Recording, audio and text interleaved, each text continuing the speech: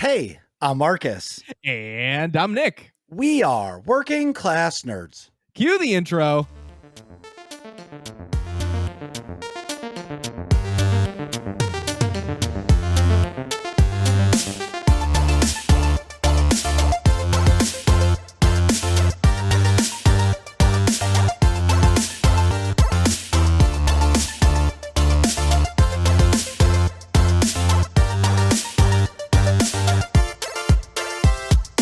That's right, we are Working Class Nerds, the podcast that gives you no information about your favorite information.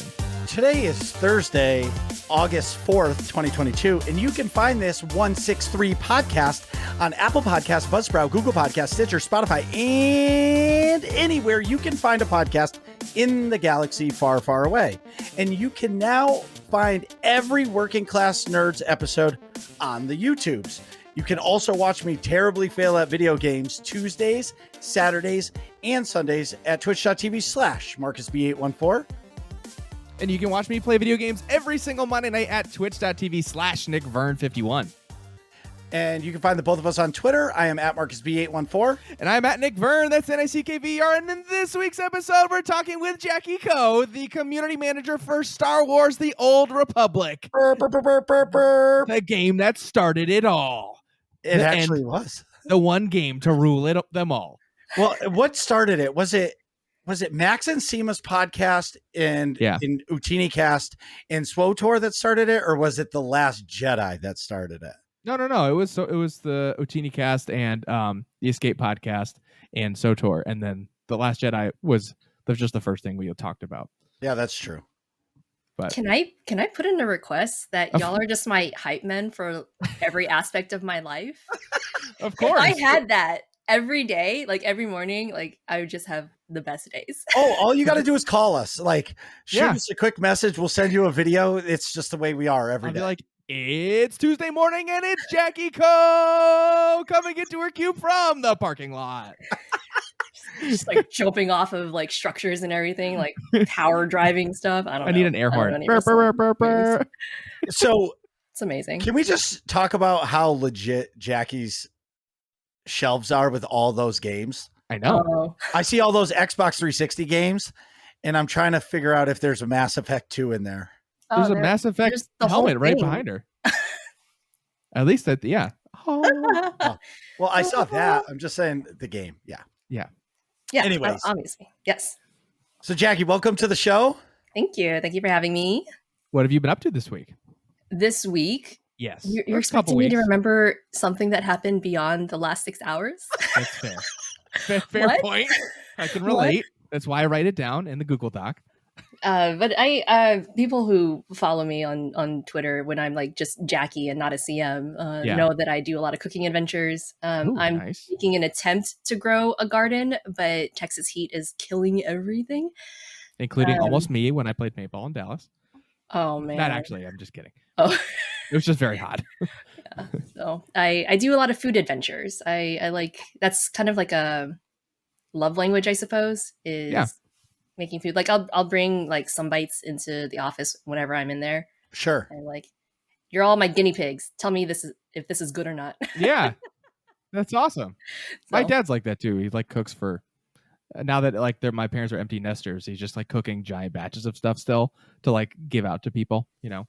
Mm-hmm. But I think don't get it wrong, Nick gets it all the time. Oh, definitely. I all of a sudden just get like care packages of like frozen sauce and like all kinds of different stuff. Well, that's the thing about like friends who come over. The expectation on my part is that you're leaving with some kind of Tupperware. Mm-hmm. I bought Tupperware for people to take, and so they can, take whatever leftovers and stuff, because I'm cooking for very few people, so take as much as you want, please. But that's what I'm doing right now on my personal life. Do you require they give you the Tupperware back? It's so there's like, I hate it when relationships are transactionary, but this is one thing that is transactionary for us. Like I'll go to their place and then I'll take the Tupperware back with their food that they cook for me. So it's just kind of like a trade-off each time. I don't think that's necessarily transactional. That's just kind of like the floating Tupperware, you know? Yeah. But I always lose the lids. The lids are always gone. How do you lose the lids? You just keep them on. No idea. If you buy different brands, it's a thing. Yes. Yeah, It's a okay, that's thing. fair. Yes. Because then they mix and match, and then it's like if you're putting something in the fridge, you're like, hey, I'll just put plastic wrap over it instead of the real lid that I can't find. Yeah, I get it. So, Nick, what have you been up to?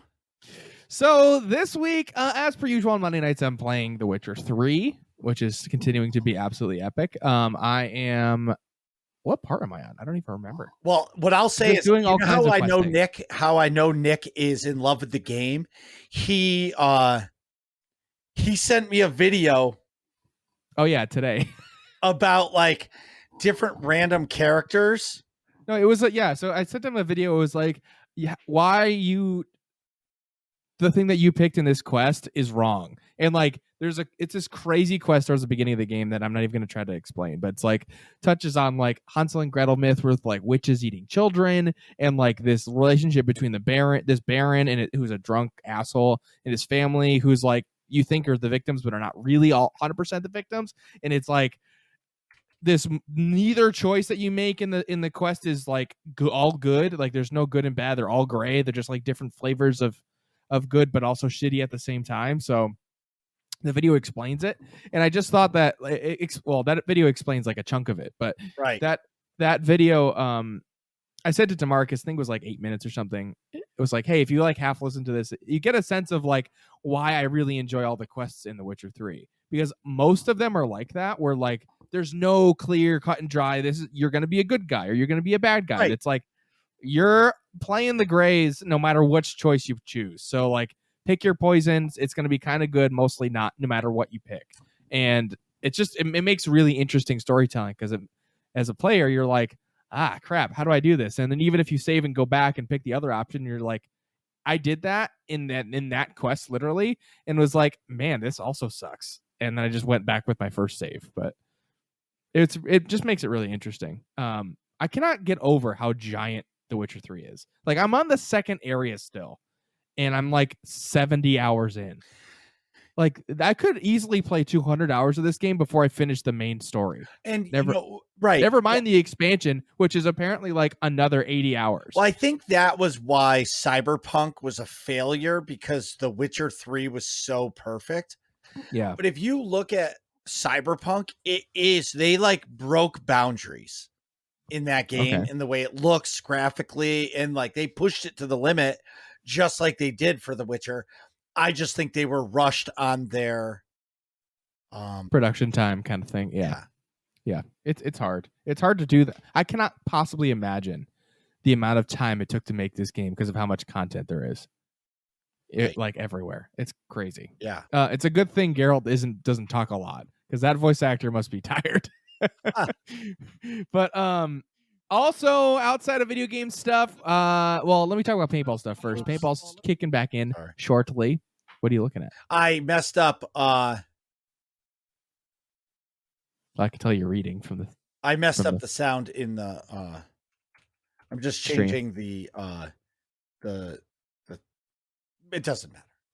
Okay. The show title thingy thing. Okay. The podcast. So. Go ahead. So paintball. I'm going on a stretch of 6 weeks straight of paintball again. Ugh. I've got a double practice this weekend for local tournament, then double practice again for local tournament, and then the actual local tournament the third weekend. Then after that, double start for a national tournament where I'm going to Chicago. So I've got double practice, and then I'm flying to Chicago for the weekend for NXL Chicago. I think it's Windy City Open. But I remember those days. It's exhausting. It is 100%. I'm really enjoying. I have really enjoyed not having to play. Not having to, because I love playing paintball, but it's like, imagine like your weekend, you get up earlier than you do for your job both days, and then I'm gone until 4 or 5 o'clock at night, because you probably practice like 8 or 9 to like 1 roughly, and then I almost always go out to dinner with the guys, or lunch with the guys after.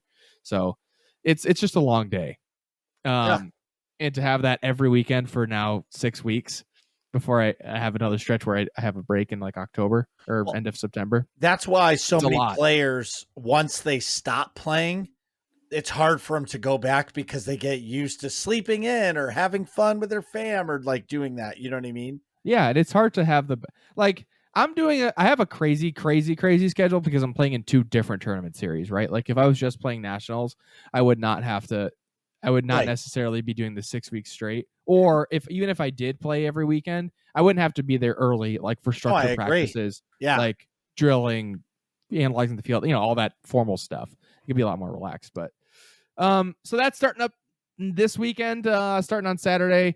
And then also starting this weekend, the Premier League is back, which means Liverpool's back, baby. We're playing Crystal Palace at 7:30 in the morning Eastern Standard Time, which I think is like noonish for England folks. But yeah, Premier League starts this weekend. Go Arsenal. Don't forget, Arsenal just spent a shitload of money, by the way, this offseason. They buying players. They're like trying to win. Well, I should say they're trying to suck less because they have been sucking a lot. Actually, I have a as blasphemous as it sounds, I have a few Arsenal players on my fantasy Premier League team. But of course, I also have as many Liverpool players as possible. That's it for me. Marcus, what have you been up to? How's it going? Man, it's been so like I love the Heat, right? I love the Heat. But let me tell you, it's my shop has been 90 degrees with the air conditioning on. Yeah, that's terrible. It was 92 in there today. So I'm like dying in there. Yeah. You know what I mean? So other than that, like I've been working a crazy amount. I've been having some crazy stress, like to the point of, so I build kitchens for a living, and I was helping a customer order a kitchen, and essentially had nothing to do with me. I just facilitated them getting cabinets because for whatever reason, they couldn't have me build them. I don't know if it was my timeline, the cost, whatever it was. So they ordered a kitchen and it came in the wrong color. That's terrible. So they have no sink, and they basically were like, can you spray it the correct color? So not only am I already a full plate, but then add on a whole nother kitchen, and it was tough. Yeah, that's a ridiculously large volume of work to just add on. Right. And so it's been a tough, it's been a tough. Can you focus, please? I am. You said the word tough 17 times in a row. Sorry, buddy. Anyways, stream has been absolutely amazing. I am having so much fun right now. I feel like coming back from vacation has like reinvigorated me. I was so excited to come home and start streaming. It was great. And now like every stream, it seems like it's just better and better. Or maybe I'm just getting more comfortable with the game and finding that like, I don't care what content I do. I always care about playing with people and whatever they want to do. You know what I mean? Yeah. So, having that like community time. Exactly. So I'm a community first streamer. Community clan nights have been great, where whether you're in our actual clan, which is AIE, or another clan, and you want to just come play, it's great. It's perfect. Second thing is we've been prepping for this episode today for a little bit now, just because, of all of the inner workings on the behind the scenes, trying to make it work and making sure everybody's got all the information they need to do that. And then, honestly, the last thing is, it's a little tricky logistically. Oh my God. Well, when Nick and I do it, it's easy, but like when you live stream it and have somebody on, it's tricky. Oh, I turn because you have to we have to have the video capture has got to be different than the audio capture, and it's a couple different programs, and you got to mute some, but then have some on. It's like, yes, it's a lot of puppeteering. Right. So needless to say, it's pretty awesome. It's just awesome. It is. Last thing is, like we were saying when Jackie was here, we have run a fashionista contest. And we announced the SWTOR winners earlier. So if you play SWTOR and you missed it, make sure you go back hit that rewind button. Actually, no, that'll be after. If you're listening to just the audio, it'll be after the break. The Star Wars during contest. we wanted to make sure we did it during the Jackie interview so she could experience the fashion winners. Yes. So let me pull it up.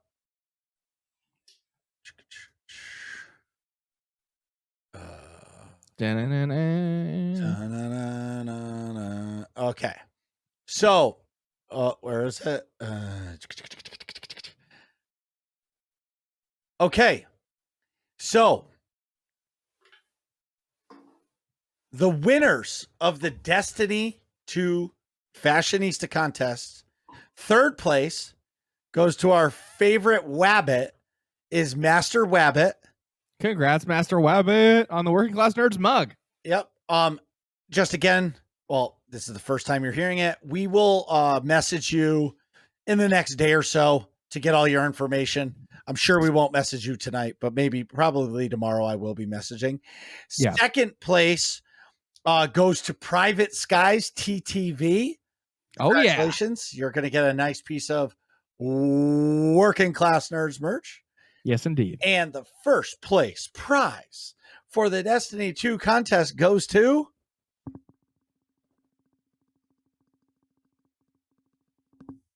Duff Pank. Oh, you don't have it in front of you. Sorry. I don't have it in front of me. Yeah. Yeah. Duff Pank 5. Let's go. First place. So congratulations to the winners. I will be getting a hold of you so you can get that. Wait, what does the first place winner get? The first place winner gets a $25 gift card to either Steam or Amazon and a piece of Working Class Nerds. Working Class Nerds merch. Yeah, sorry. Words are hard. Words are hard when you're looking at 7 different programs at the same time. So, in AIE news, this week is Summer of Love. On Tuesday night, we kicked off our Summer of Love with Remembrance Day. Remembrance Day is a chance for everybody in the guild, no matter what game you're playing, to get together in one voice chat and remember the people that you've lost in real life, whether it's, your IRL or in game, because this community has been around for 13 or 14 years with AIE. Right. So during that time, we have lost some good friends, and we like to celebrate and remember them on this special day. And honestly, it's my favorite event that the guild does. It really ties together like the non-video game portion of like the guild is like the actual community part. It's like, these are all people, real life folks, right, coming together over a love of video games. Yeah. And you bring in it brings in that sentimental portion of it in a really special way. And we, it's really wholesome, and it's my favorite. And unfortunately, usually if we're in SWTOR, we go to the Jurin Mountains on Alderaan and just hang out there. Nobody has weapons on their characters, and it's just great. But this year, because as I alluded to earlier about spraying a kitchen, I worked in my shop until 12:30 in the morning. And so I was involved with Remembrance Day via voice, but I did not get to enjoy being in game with all of my guildies. Yeah. But check the AIE calendar at aie-guild.org to get the calendar and find out what's going on, because there's stuff going on in every game all week long. It's awesome. All kinds of things. Yes, it is pretty amazing. Private, you can get a t-shirt, a hat, or the merch is either a t-shirt or a hat, or you can get the mug. But either way, we'll talk more about that later. And so Star Wars, in honor of Jackie, Mandatory Fun Night is a night every week in every game. They do 1 or 2 a week. So Tuesdays are for Star Wars: The Old Republic. They start at 9 p.m. Eastern. They switch back and forth from the Imperial side, which is the correct side, to the non-correct side, which is the pub side. Yuck. Yep. And they start at 9 p.m. They go to 11. Oh, Tom Pablo. 200 bits. Thank you so much, Tom. Wait, do you have Pablo? Wait, do you have text to talk on? I don't think on this scene I do. Okay, good. Because that would have been bad if that happened during Jackie's. Well, I turned off all alerts. Thank you so much. Okay, got it. Oh, wait a minute. He cheered 1,000 bits during the show 44 minutes ago. I'm Oh just my looking at it. God. Thank you so much, Don Pablo. And yeah. Don Pablo, let's go. So don't hesitate to join. Destiny 2 also has their clan night or our clan night on Tuesday nights, same time. So, yep. Sweet. And if all this sounds fun to you, go to aie-guild.org. Get our Discord information, the button for which you can find in the top right-hand corner of the website. Whether or not you... Wait, hold on. Click the Discord button. Get in the Discord and ask for a guild invite. And whether or not you play Star Wars: The Old Republic or Destiny 2 or My Little Pony Online or StarCraft or Pokemon or any game, any of the games that we play, we would love to have you. all right. So Nick, do you have to pee? Yes, I do. And we'll be right back. Jeez, Nick, hurry up. We're trying to finish this podcast. And we're back. So today we're talking with Jackie, the community manager for Star Wars: The Old Republic. So first things first, Jackie, how did you come to get involved with community management for Star Wars: The Old Republic? Like, what is your background? How did you gravitate towards that community management role? Oh, it's a journey, but I will say that I was always a fan of BioWare back in the day. I think my first game with BioWare was Jade Empire. Okay, nice.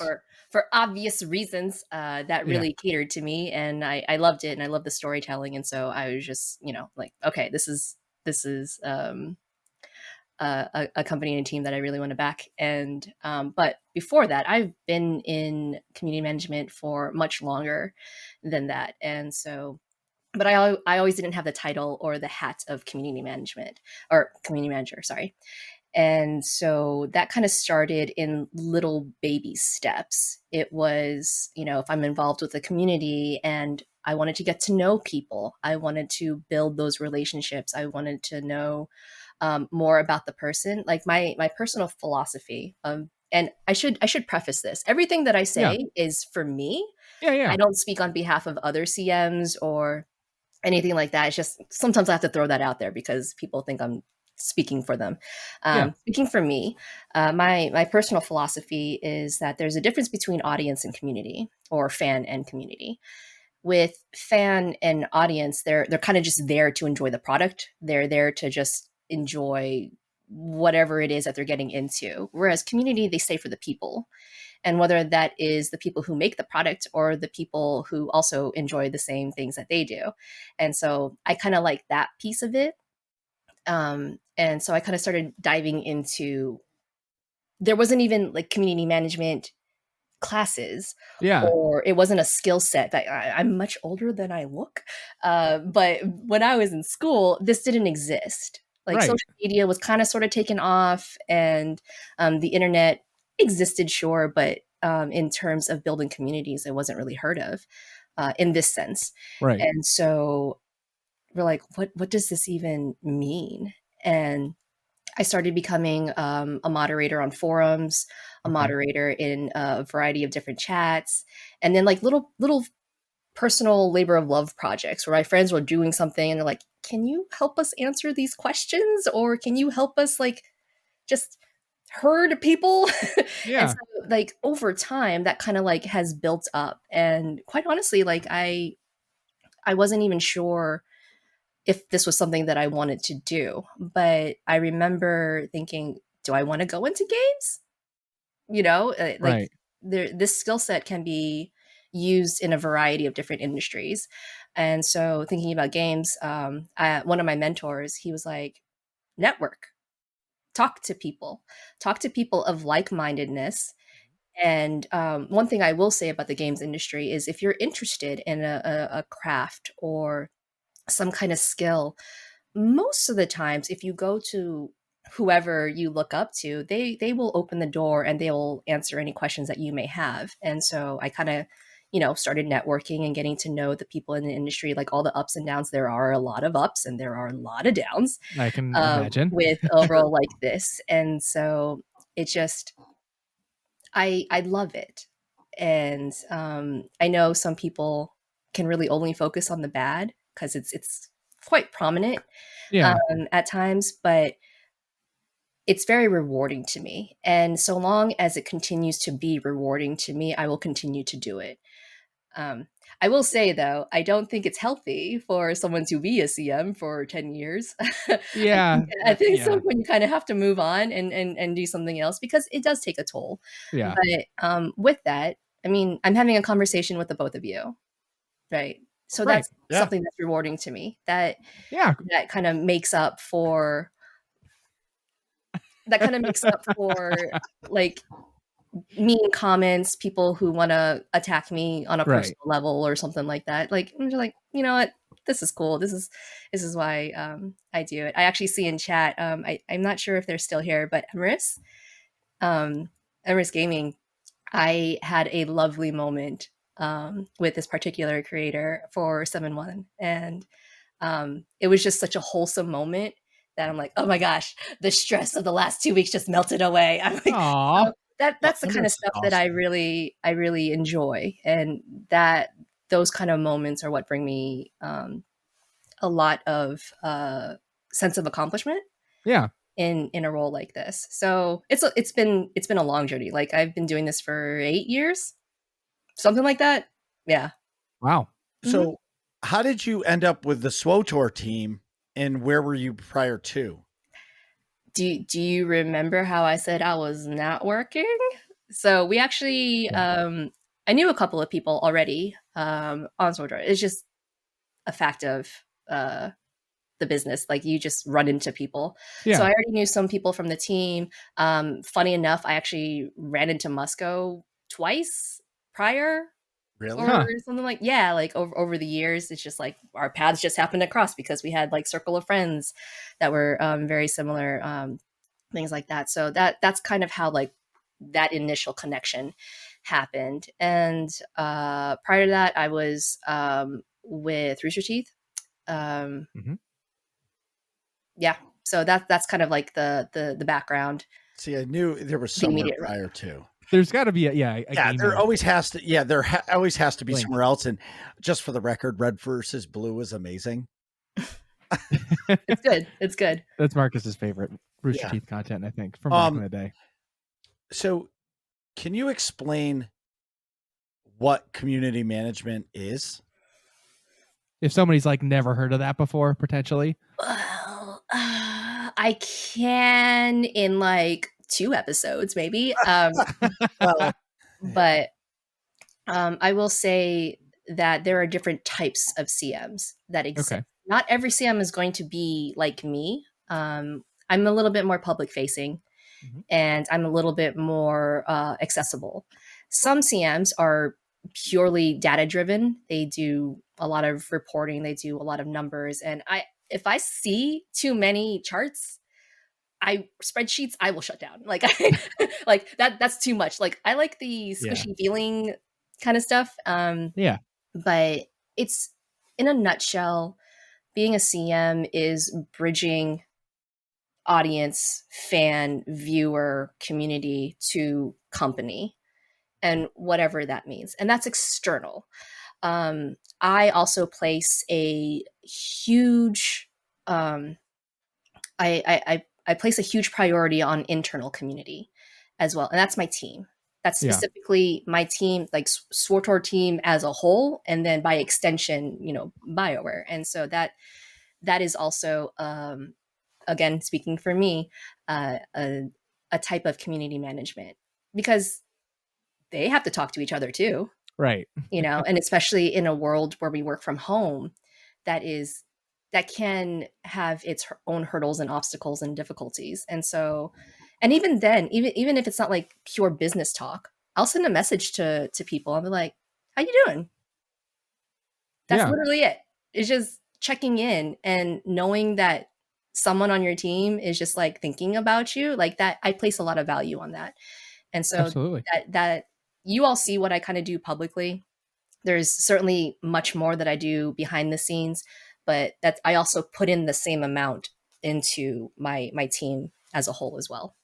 Well, it has to be, and I imagine it's got to be hard too, because you're front facing to us, the player, but you're also facing the team and kind of, like you're saying, bridging that gap between. But somebody may ask a question and you say, well, can we talk about that or can we not talk about that? And you're that person that kind of eases that to the game players. And the players. Yeah, and I learn something every day. That's kind of how it goes. Yeah. When I was first brought on board, I sat back a lot to observe and learn, because you can't just come into a new team, especially when that team has a lot of deep, rich history. Yeah. And so you have to learn why things worked the way that they did, what were the outcomes of said scenarios, how can things be better, or what things are really, really good and you want to keep that. So there was a lot of balancing that. And even being here for, I want to say, I'm coming up on 2 years. Even being here for almost 2 years, I'm still learning a lot. And that is a forever, how do I want to say that? Like, that'll never end. You're always learning and adapting to what you got going on. Yeah, whether it's from my teammates or from players, they didn't like how I said something. They loved how I said something. They resonated with this. They, were like, about that, So there's a lot of learning about that type of relationship too. And then on top of that, you have to determine who's actually being genuine and who's being a bad actor. Right. There's just there's a lot of balancing. It's why I'm in constant need of naps. Yeah. I bet. I'm just tired all the time. That's a lot of thinking and analyzing on like multiple fronts all the time. Have you ever played Hive? It's like a quick 10-minute tabletop. You have like these tiles and they all have like different types of bugs on them, and one is a queen. There's 2 players, so you each have a queen, and the goal is to surround the other person's queen with all of your bugs. Well, that sounds cool. Yeah. It's a quick tabletop? It's like 10 minutes, 10, 15 minutes per round, because you only have like 4 tiles of this type of bug, 3 tiles, 2 tiles, that kind of thing. And one of my friends was teaching me how to play that, and we played for like a good 2 hours, and I beat her every single time. And she's like, how are you kicking my ass? And I was like, listen, what I do for a living, I have to think of things 3 steps ahead constantly. So, and I always think of like worst case scenarios, best case scenarios, and all that. Right. So I'm like, I think I attribute my success in that game to what I do for a living. Absolutely. I know the feeling very similarly. I have a close friend of mine that's been on the show a few times, Joey Feta, aka Mr. Frozen Chenna, who he and I, that's his screen name. Amazing. But he and I play Star Wars Legion a lot, the tabletop game, and I think for the first probably 20 games that we played, that's a lot longer form than Hive is. I think our games could be like 2 hours sometimes, but I think he has won like 1 game against me. It's pretty good. And it's at his house. Yeah. Wow. It's maybe 2. My but it's house? Like, yeah, I know. I feel bad. It's like it's his pieces. He paints them, which like he enjoys the art part of it too, like painting the pieces and creating that, and getting terrain set up. But yeah, I think I've probably like 20 plus wins, and Joey I think has 2, which I don't know how that works because he owns the game. So, but anywho, I get what you're saying. Well, it's almost like chess, right? I love to play chess, but I'm terrible at it. Yeah, because I'm a very reactionary player. Yeah, it's just how I am. Even you took my piece. I got to take that one right away. Let's go. Right, exactly. 0 thought. You're very vengeful. Yeah. Well, I'll give it even. I'll put it into SWTOR. So when I'm raiding in SWTOR, like until I learn the dance of the fight, I'm always like just Leroy Jenkins. Like well, that's obvious because I'm a tank. But like, how do I say it? So if I know that Kefis is doing a big hit and it's gonna hurt, like when I'm learning the fight, I know it's coming, but I won't use my cooldown until he hits me, and it's already too late. I'm dead. And then I'll have Doritos yelling at me like, you need to hit it beforehand. And it's so I understand what you're saying, but I am very reactionary. I don't know why. And I'm a terrible teacher, so I can't teach anything. I know. So my next question was, we kind of talked about it a little bit already, but what is your day-to-day workflow like when you're not, being a podcast guest or making posts on forums or things like that? Oh Like, my is it a gosh. lot of is it very, like, obviously it's not a lot of Excel spreadsheets, but is it a lot of meetings with folks? Is it a lot of, like, writing There is a essays? level of spreadsheets. There is a lot of messaging and communication in terms of like internal discussions. Yeah. And there's a lot of meetings. There's a lot of meetings. And a lot of that is due to like um, processing feedback, Mhm. processing reports, processing questions, um, whether that is determined by does this need to happen now versus what does the future look like 2 weeks from now, 1 month from now, 6 months from now, that kind of thing. So making sure that a lot of communication plans are in place for that kind of stuff. So that's one piece of it. The other piece, of course, you see me on the forums. I also I'm trying to be more active with all of you, especially like on other social media platforms like Twitter. I have more reach there, and I get to be me more there too. Yeah. Also, just community initiatives. Like I will go on a podcast and I'll look at chat, and then I'll drop a code for a mini pet that just launched with 7.1. Whoa! Oh, I get to do that kind of stuff. So Let's go. yeah. So that's part of my job, and I do a lot of trying to build relationships. I know we've kind of like already discussed this, but there's a lot of behind the scenes stuff that people don't see. Mhm. Someone will make a really good constructive post on the forums. Yeah. that And happens. it does. There might be a little sass attached to it, but it does happen. And I will actually, reach out to that person and be like, I appreciate this. Thank you. And, so there's like little moments like that I make it a point to take the time to do.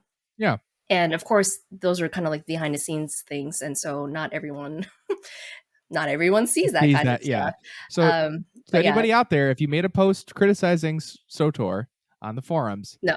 if you didn't get a reply from Jackie, that means you were too sassy. You got to dial back the sass. Less Be a little- sass. less sass, more constructive Constructive. criticism. Okay. There is kidding. a lot to read through. There I'm is sure. certainly a lot to read through, but I'm only kidding. there's a lot of valuable information Yeah. that can be found. It's just sometimes I have to like, it's like onions. Yeah. Just like lots of layers. Yeah. And then I was like, oh, here's the feedback. Right. Okay, I got this. And then I'll put it in a document, and then I'll be like, read all of this. What Yeah. can we do about it? So that kind of stuff. When I'm gonna rewind like 3 minutes, Oh no. and all I heard what you said was how you're going over reports, and I just want to see the report where it shows which class is the most played and why it's the Marauder. So that's actually funny because those are not the reports that I'm talking about. No. My hopes and dreams were crushed. See, Like, well, it's what I do. It's what I do. Yeah. Oh, I came on this podcast just to drag you.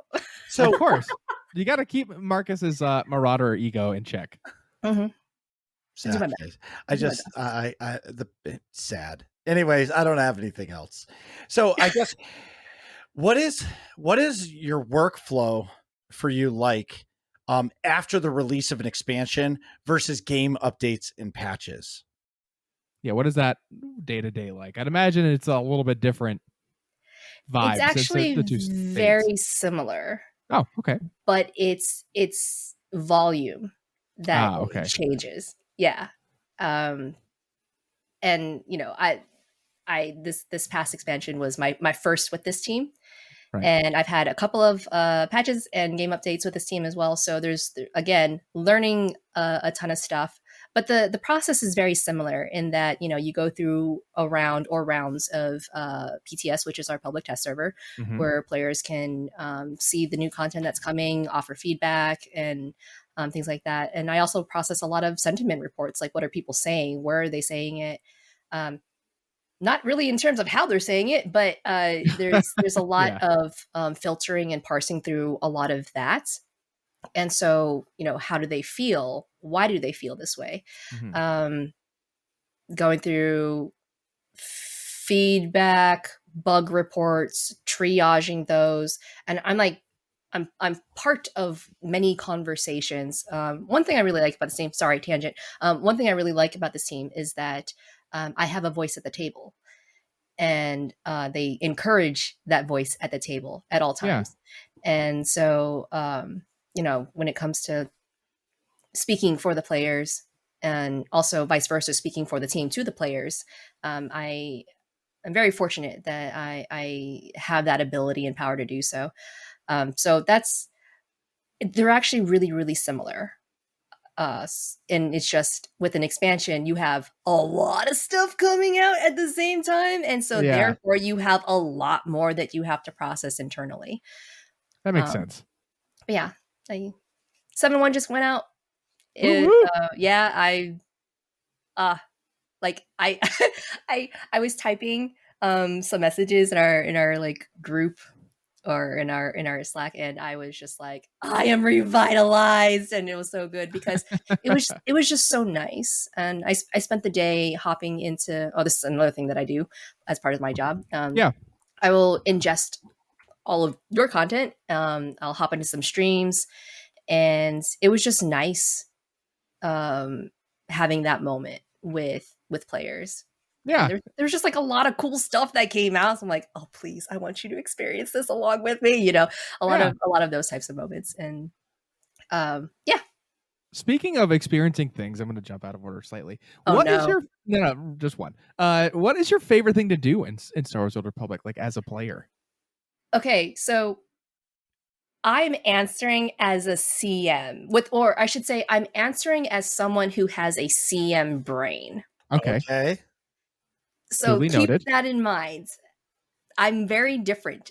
At least what I believe to be for like the typical This is gonna be good. response. Okay. But for those who don't know, I was born and raised in Vegas.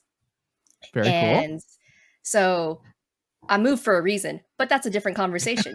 And so Fair I'm born enough. and raised in Vegas, but what do you think of when you think of Vegas? You think of the Strip, Yes. right? Yeah. I was thinking I love people watching. Okay. I just love watching what other players do. I'm like, what are they doing? What conversations are they having? Like, what kind of day? Like, and I'll just like stand there sometimes. And I'll just like see, what their experience is like in terms of what they're doing. Like, I'm not gonna follow them, but I really do love people watching. So I'll be like creeping on the fleet sometimes. I was be gonna like, say.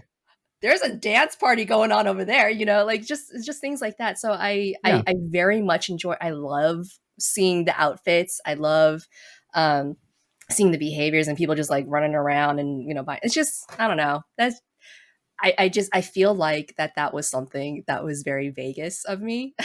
Yeah, to enjoy the crazy crowd watching. I get you. Yeah. So speaking of that, in honor of Jackie being here, exclamation point raffle, we're giving away an Opal Votilla mount. Yeah. And if the chat is really nice and we really appreciate Jackie, I'll give away 2. Oh. Wow. Maybe even a 30-day sub code, but you guys better be good. And and then also, while we're talking about people watching, yes. So Working Class Nerds in the Nerds community did a costume contest, and I'd like to announce the winners right here on the show with Jack. Really? Yeah. I saw some comments in chat and I was like, what contest are they talking about? The fashion contest. Wait, Nick, come on, say it right. It was our first ever fashionista contest. Yes, sorry. Nice. So we have a community member named Quinn. Yes. He loves fashion in the games, loves it. So we made a channel in our Discord for all of us fashionistas, and we came up with an awesome contest. Yes. And so I'm going to announce the winners. I don't know if I can show the outfit. Should I? I don't know. Well, you kind of have to open up the Discord chat and all that. watch everything just break down. If everything's shut down, Marcus, click the wrong button. No, it shouldn't. have to redo Anyways, this. well, I'm not gonna. I Entire won't show episode. the outfits because I'll mess that up. But Yeah. we're gonna announce the winners. Okay. So, Are you reading or am I reading? well, Because I don't know where you wrote it. Okay. No, You should. I'm definitely gonna read it. Okay. So everybody knows first place is a $25 gift card to either Steam or Amazon, plus a piece of Working Class Nerds merch. You have the hat, you have the shirt, Nick's shirt. I'm wearing my own shirt. Yeah. Yep, a piece of Working Class Nerds merch. We have a Classy. Working Class Nerds mug, but I don't know where it is. Well, the dishwasher probably. Probably. Second place is a piece of Working Class Nerds merch, and a third place is the Working Class Nerds mug. So Yes. in third place, For is- which contest? Star Wars Republic. yeah, that's the only one we're talking about. Roger So that. for the SWTOR contest, third place goes to Nyneer. Congratulations. Woo woo. Yay! You want to describe the Congrats. the outfit? I can't describe anything when it comes to that. I can pull it up. Yeah, I'm terrible with that. I gotta click other buttons though. I'm like the worst Jamie ever, like from the Joe Rogan podcast. But anyways, Pull that up. yeah, but it's fine. So we'll move on. So Anyways. second place Yep. will go to 2 tokens. Congratulations. Woo woo. Woo, woo. I will Congrats, be messaging congrats. you guys probably tomorrow because by the time we finish the podcast, it'll be really late. And the first place, and you know, I want to read you the comment about it. There's a comment. Oh yeah, there was definitely a comment. Okay. Which one? Oh, from the judges, you mean? Yeah, so from one of the judges. So Yeah. first place with a 10 out of 10, and it says this outfit has all of my favorite dark Star Wars components coming together. The background fits so well and it adds to the vibe of the outfit. There's an epic looking lightsaber, all the dark armor, the hood, the mask, and not one piece looks out of place. The winner is Drum roll, please. Veneros. Woo, woo. Congratulations, dude. Yay! Congrats, Ven. Yep. Well deserved. We will announce the other winners in a later segment of the show. Yes. So, Jackie, this is a super important question, It's the most important. and there is one wrong answer. I'm going to tell you there is there- one wrong answer. There's Okay. basically unlimited right answers, but only one wrong one. And if Okay, you're such yes, is life. Okay. yes, Okay. there is one wrong answer. What is your favorite ice cream flavor? Boba. Boba? They make a boba flavored ice cream? They make a boba I gotta- flavored ice cream. That sounds good. I don't even Oh know my what boba is. Like boba tea. It's like Oh, a like- tapioca pearl, but Yeah. it's like made out of it's like a gelatinous brown sugar ball, I guess is the best way to. That sounds the pretty traditional accurate. ones are made out of brown sugar. Yeah, they're good. Wow. I don't. Not a lot of places around here, but at UConn there's a boba tea place. I think there's 2 of them. Back in So the be day. honest, am I the only one who's ever Yes. said boba? Absolutely. Hell yeah, I'm That's unique. It's a great answer. Um, No, I like the unique answers. The wrong answer is pistachio. Yeah, Oh, you but I can like pistachio. pistachio. You can like pistachio ice cream. That's fine. That makes sense. I can understand that. But to have that be your number one favorite flavor of all time is crazy. Why are we pistachio shaming though? that is disgusting. Okay. If What? pistachio is meant to be a nut. Like a nut, great. Ice Love cream, no. pistachios. Yeah, I love pistachios too, but not in ice cream form. No. But it's a flavor. Did you eat peanut ice cream? I Yeah. could. I actually. I that mean, is there's like one of my Reese's favorites. Pieces, whatever. There's peanut butter, whatever. Like You know, it's a good point. There's a difference between peanut ice cream and peanut butter ice cream because one of my favorites is peanut butter and jelly, but I feel like actual peanut would be a little weird. people put peanuts as a topping on ice cream. What? I don't know. Yeah, but that's not the base. I don't know. If it's just No. the pistachio ice cream solo, No. that's You just know odd. what? Just to troll you, I'm gonna make pistachio ice cream next. Well, Damn it. yeah. I'm gonna tweet it at you. And you know who said this? You know What? him. You know whose favorite ice cream that is? Stay Alive. Oh, really? Like, Yeah. I love Yeah. Stay. Oh Stay's my- awesome. Yep. Stay is awesome. I just gotta go. I mean, I say that, but I'm allergic to pistachio. But whatever. Oh, there it Wait is. a minute here.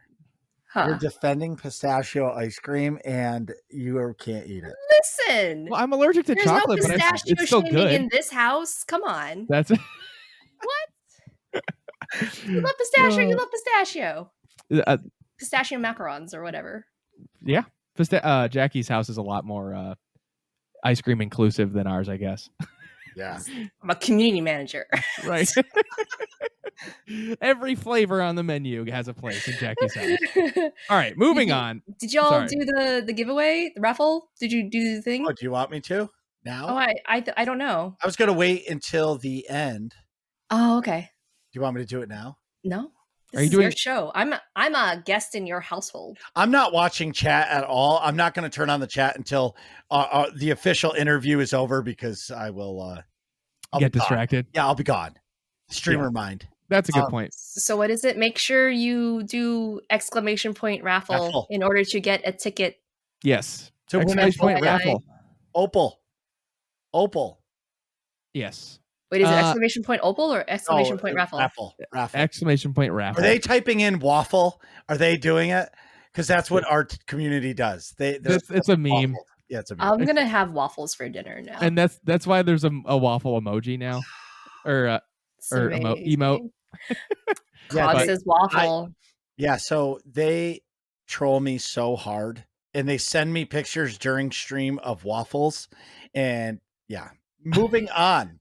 Okay, so question for you. Oh, Turning this back on you. Whoa. Okay. I'm ready. Waffles or pancakes? Waffles.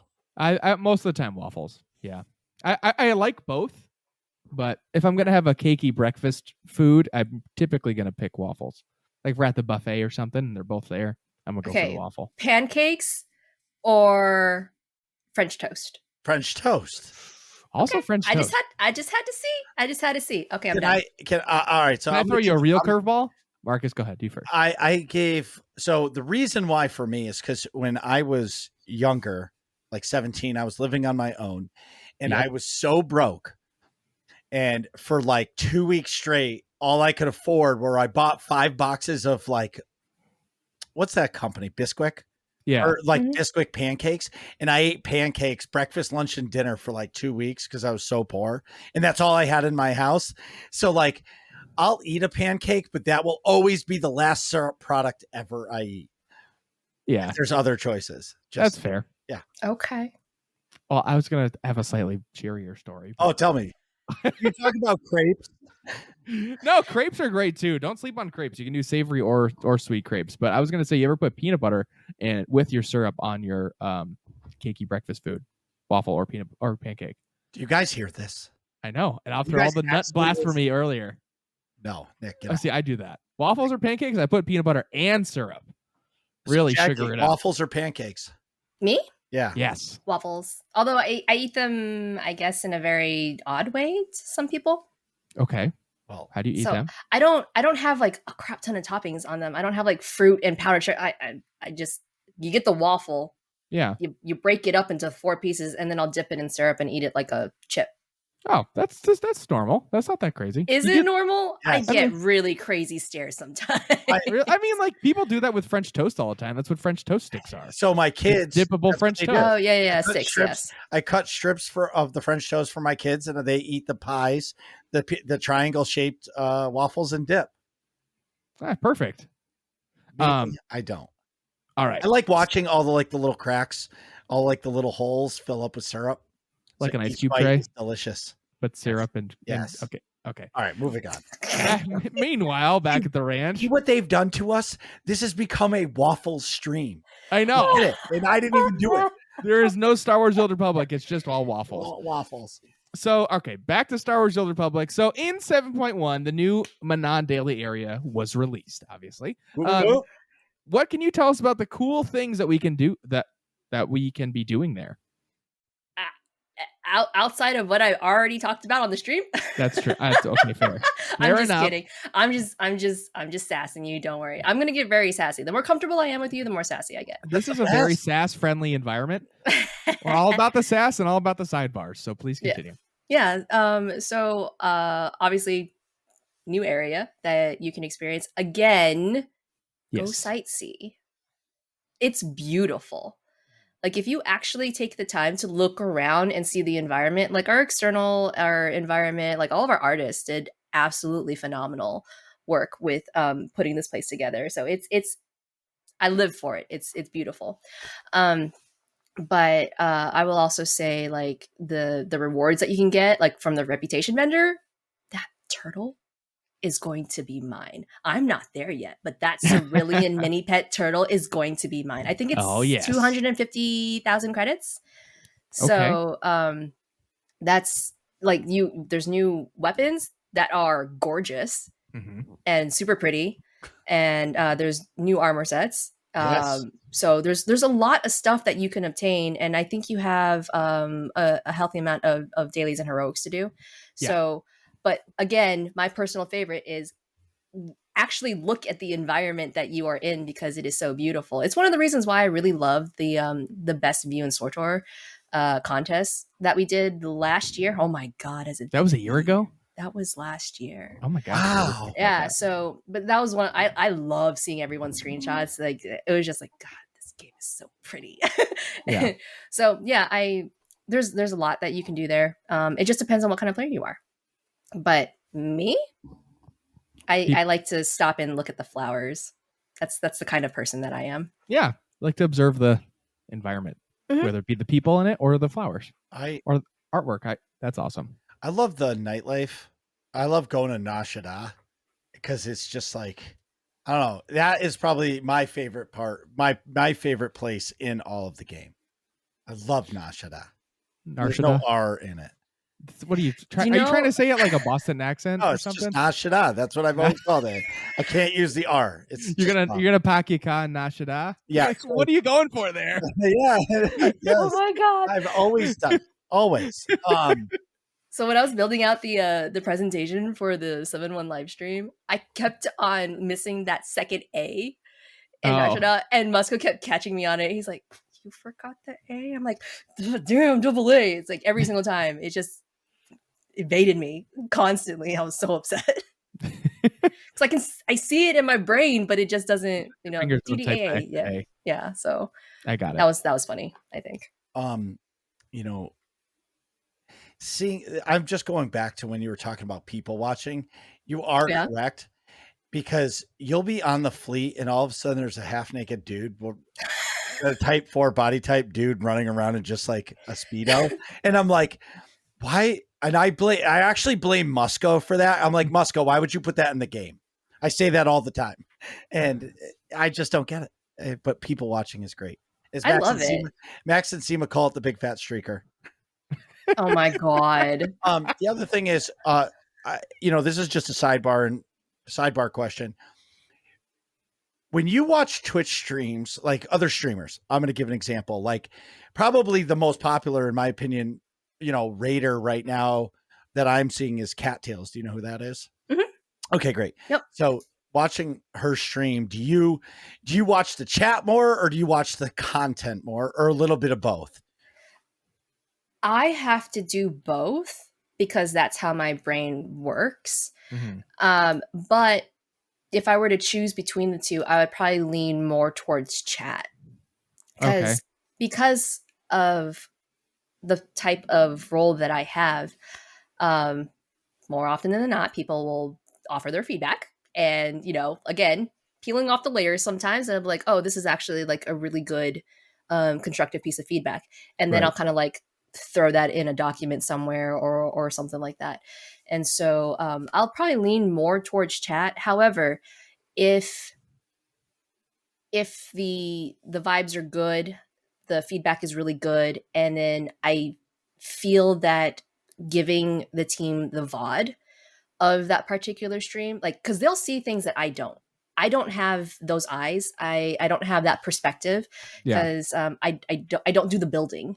But I'm like, I think, if the way that the camera is placed shows off a lot of what the player experience is, not just for the person who is streaming, but also to their group. Mm-hmm. That is very vital information in it. And that's a lot of what I did with PTS for 7-1. Like I said it in the 7-1 stream that, shout out to all of the streamers, YouTubers who sent me VODs, because that was vital. That was so good. I was just ecstatic when we got all of that type, because feedback in its written form is one type of feedback, but feedback in how people or how players go through the op, how they talk to each other is also another type of feedback that we pay attention to. It's like, did that actually make sense to them? Is there a reason why they cannot communicate? And I'm not talking about like in Discord or something like that. I'm talking about like, did that mechanic make sense to them? Right. Was someone able to pick that up and then relay that to the rest of the group? Are they able to like build up some kind of strategy, things like that? And so like I loved, and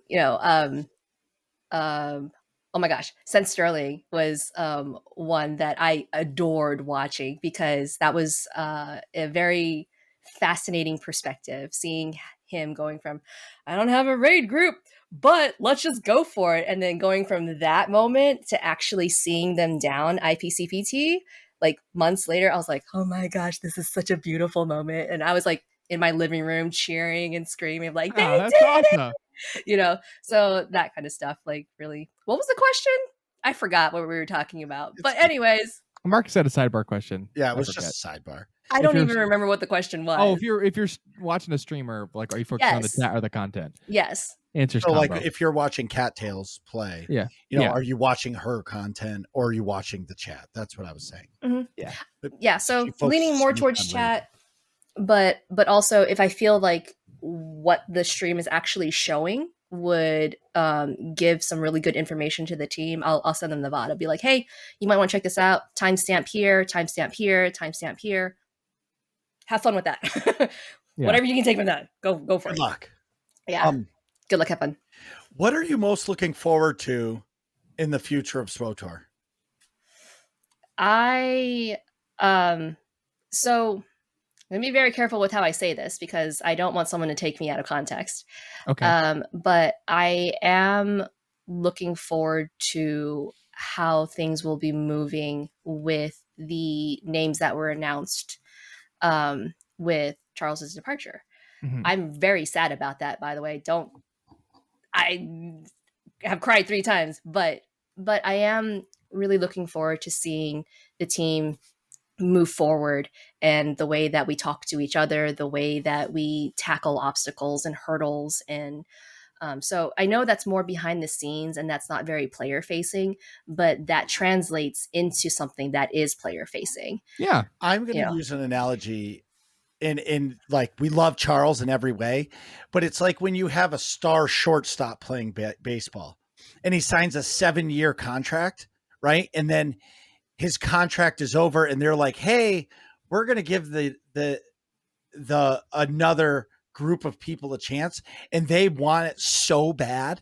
And now we have this new creative team. And I feel like it's bringing that energy back to the, more energy, you know what I mean? Cause they have their shot. You know what I mean? Yeah. So different flavor. Yeah. A different flavor. Energy. Yeah. Yeah. And that's what I really wanted to drive home with the 7-1 live stream as an example. Is, we had the stream and I got mostly positive feedback for anyone who was giving me notes and everything like that. For a first stream with this setup, with this cast, and with this type of presentation, I thought it went very well. And the next one can only be better. Well, can we just say how clean it was? How you guys were guys were in the middle of the screen, and then you hit one button. It was like, and you guys went over to the corner, and like you guys had your PowerPoint or whatever. I thought it was awesome. I think I actually messaged you and was like, that shit was amazing. Yeah, I was watching Max and Seema's recap of it, and they were like, how did they make that so clean? And I was like, it was all Dan, and on top of that, I'm like, people need to remember too that that was the first time we've been in the office together in that way in 2.5 years, something like that. I was brought on board 2 years ago, so I didn't even get to meet everybody. Wow. I didn't get to see Keith for the first time until 7.0 launch. Wow. Yeah. And like he came in And, we were at that point, we were all masked up and everything. And he just came in with like some gum and hand sanitizer. I'm like, it's you. And then I just like ran over and I'm like, oh my gosh, I met you for the first time ever.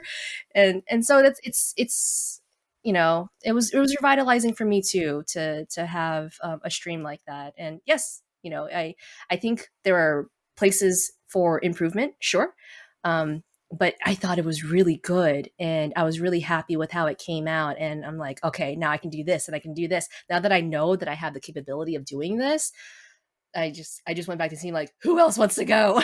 Because that's something that I want players to know too, is like I want different representation from the teams as well, whether they're in front of the camera or whether either me and the other co-host or whoever the co-host may happen to be for that stream are speaking on behalf, like some kind of representation. Because one piece of feedback that I got from the stream was like just the variety and the way that it was presented was very different, and it was good. And so I was like, okay, more of this, then I will see what I can do. Well, everybody had their own point and their own speciality, right? Everybody had their talking point, I guess I should say, that they're professionals at. So it was good to hear a different set of people with their different passions, because everybody's passionate about something else. Nick can talk about research and he gets really passionate. You want to talk about cabinet making? I'll get passionate. You know what I mean? With a little sass. Yeah, well, a little, he says. Yeah, I've heard your episodes. A little sass. Well, please. Marcus gets animated. Yeah, so I am. Yeah, the hat goes backwards and it's all over. See that? Exclamation point waffle. Oh my god! No. Every single time I see that you're about to sass me, I'm just gonna be like, exclamation point waffle. Just take you down a notch. I'm done. I'm gonna get an email. It's like, I'm never inviting you back here again. Yeah, I'm gonna get an email that in like a week is just gonna say that, and I'm just gonna put my head down and curl up like a turtle. But I'm gonna clip that audio and just say, have that like on my whatchamacallit stream thingy. Right, so I stream waffle. Stream thing. You know, the thing you click the button and it just like plays a noise. You know what I mean? I get it. Stream deck. Stream deck. Thank you. I was going to ask you something else, but this question kind of came up in our last rant. How hard is it to be a community manager for a game where you're not together in the office and you're like only via video chat because of the pandemic? Like that must have been a super challenge to like get to know everybody, but you're not face to face with them. Yeah. In general, that would be difficult. Yes. Especially if people are not comfortable being in front of a camera, even if it is in a Zoom call. They just don't like being in front of a camera. And so like there are some people, I'm like, I actually don't know what they look like, but that's okay. I can have open conversations with them, written text form or in a Google Doc or in a Zoom call, whatever. And CMs and other CMs that I've run across and met, they're very empathetic. Like, and so there are different personalities. This is me speaking as myself now. There are a lot of different personalities on the team. And so you kind of adjust to their comfort level in terms of how they communicate, learning the tells in a way. It's kind of like they're my boss fights in a way. I'm like, you're a mechanic, that kind of thing. So just kind of learning little things about them over time and understanding how they communicate, their tone, their more preferred ways of communication. So there's a lot of empathetic.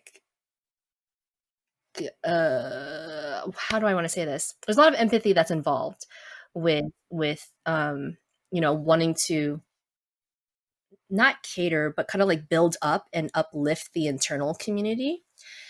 And so, yes, it would be difficult, but quite honestly, this team made it very not difficult. There was never a time where someone brushed me off There was never a time that someone made me not feel welcome. Yeah. If I had a question, I was just like, hey, I'm sorry to bother you. And they're like, no, what's up? What you need? That kind of thing. There was no ego. One thing that I really, really enjoy about this team is that we all have titles, right? But they don't really mean there's no like, you can only talk to me if you talk to this person first, 'cause I've come across that in previous jobs, and like this not here, of course. In like when I was starting my career, there is one executive who didn't even bother learning my name, even though my nameplate was like right there on my desk. Like never addressed me by name, that kind of thing. Story for another time. But things like that. So yes, the state of the world made some of these obstacles very prominent, but the respect and the love that this team has for each other, it was like a speed bump for me. Wow. Yeah. Well, that's amazing. It just goes to show like how much having an awesome team and like an awesome community of folks internally like that can just make that much better of a work environment and results in better products and stuff and productivity, Yes, Nick, before you ask, explanation point raffle, we're giving away an Opal Vuptilla. Actually, it's exclamation point waffle. No, it's not. No. Oh my God. Have they posted, have they dropped the waffle emotes? Oh yeah, it's been going on for like 10 minutes. All right. Let's go. No, anyway. All about the waffle emotes. Okay. I know Doritos. I see Doritos 95,000. Let's see, where's another Doritos AA tracks. A-Tracks, what's up? They're posting. Absolutely. Right. Rube. I want to run through these fairly quickly because I want to be respectful of your time here. I know we're getting a little long in the time. What is your favorite Star Wars character? And both canon and Legends characters are included in the consideration.